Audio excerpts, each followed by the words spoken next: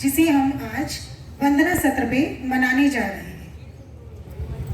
बुद्ध पूर्णिमा बुद्ध धर्म के अनुयायियों के लिए एक बहुत विशेष महत्व का दिन होता है। इस दिन महात्मा बुद्ध का जन्म हुआ, उन्हें ज्ञान प्राप्त हुआ और उन्हें महानिर्वाण भी इसी दिन प्राप्त हुआ। उनका जन्म 563 ईसा पूर्व लुम्बिनी नामक एक वन में हुआ, जो कि उनके पिता के राज्य से कुछ दूरी पर था। उनकी माताजी अपने पीहर जा रही थी, तो रास्ते में ही उन्हें प्रसव पीड़ा हुई और उन्होंने लुम्बिनी वन में ही अपने बालक को जन्म दिया। बाद में बच्चे को कपिलवस्तु लाया गया। कपिलवस्तु राजा सुधोधन के राज्य का नाम है और उनकी माताजी का नाम था महामाया। बच्चे का नाम सिद्धार्थ रखा गया, लेकिन जन्म के 7 दिन बाद ही उनकी माताजी का देहांत हो गया।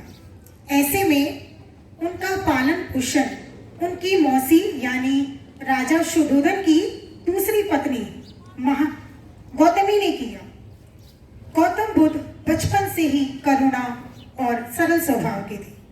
कभी भी किसी का दुख उनसे देखा नहीं जाता था। एक बार घोड़े पर सवार होकर वे कहीं जा रहे थे, तो घोड़े के मुंह से झाग निकला। उन्होंने सोचा कि घोड़ा थक गया है और उन्होंने तुरंत वे घोड़े से उतर गए और घोड़े को आराम करने के लिए छोड़ दिया। इंसान हो या जानवर, उनसे कभी भी किसी का दुख नहीं देखा गया। एक बार उनके चचेरे भाई देवदत्त ने अपने तीर से एक हंस को घायल कर दिया, तो सिद्धार्थ ने हंस को उठाया, उसका जख्म साफ किया, दवाई लगाई और उसको ठीक कर दिया। ऐसी थे सरल स्वभाव के सिद्धार्थ। 16 वर्ष की आयु में थे कि उनका पुत्र बहुत सरल और करुणा स्वभाव का है।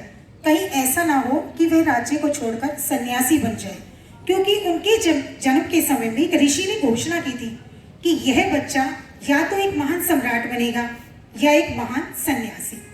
उन्होंने अपने पुत्र को हर परेशानी से दूर रखा और इसके लिए राजा ने 3 ऋतुओं के अनुसार 3 महल बनवाए और हर भोग विलास सुख सुविधा की वस्तुएं वहां रखी गई। दिन रात नौकर चाकर उनकी सेवा में लगे रहते थे और ये नौकरों को ये सख्त आदेश दिया गया कि कोई भी परेशानी वाली बात सिद्धार्थ को ना बताई जाए। एक बार बसंत ऋतु में सिद्धार्थ अपनी सैर में अपनी वाटिका में घूम रहे थे, तो उन्होंने एक व्यक्ति को देखा जिसकी कमर झुकी हुई थी और वह लकड़ी के सहारे चल रहा था। तो सिद्धार्थ ने विचलित हुए कि बुढ़ापा क्या है।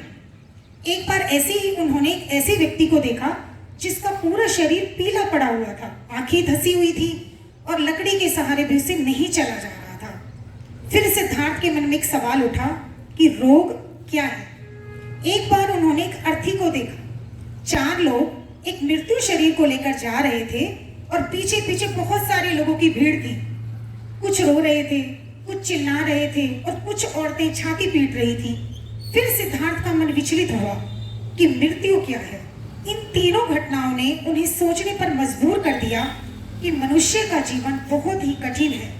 मृत्यु क्या है, बुढ़ापा क्या है, जीवन की सच्चाई क्या है। एक बार उन्होंने एक सन्यासी को देखा। उन्होंने देखा कि सन्यासी का जो चेहरा है वह चमक रहा है और वह सन्यासी हर भावना से दूर है। उस सन्यासी के चेहरे ने उनको बड़ा ही अपनी ओर आकर्षित किया। उन्होंने सोचा कि यदि मुझे जीवन की सच्चाई को जानना है तो मैं कभी भी अपने राज्य में रहकर इस बात का पता नहीं लगा सकता कि आखिर ये मृत्यु होती क्यों है। इसके लिए तो मुझे अपना घर बार छोड़ना ही होगा। और एक दिन ऐसा ही आया, अपनी पत्नी और अपने पुत्र को अपने राज्य में छोड़कर वे चल दिए। वे राजगृह पहुंचे।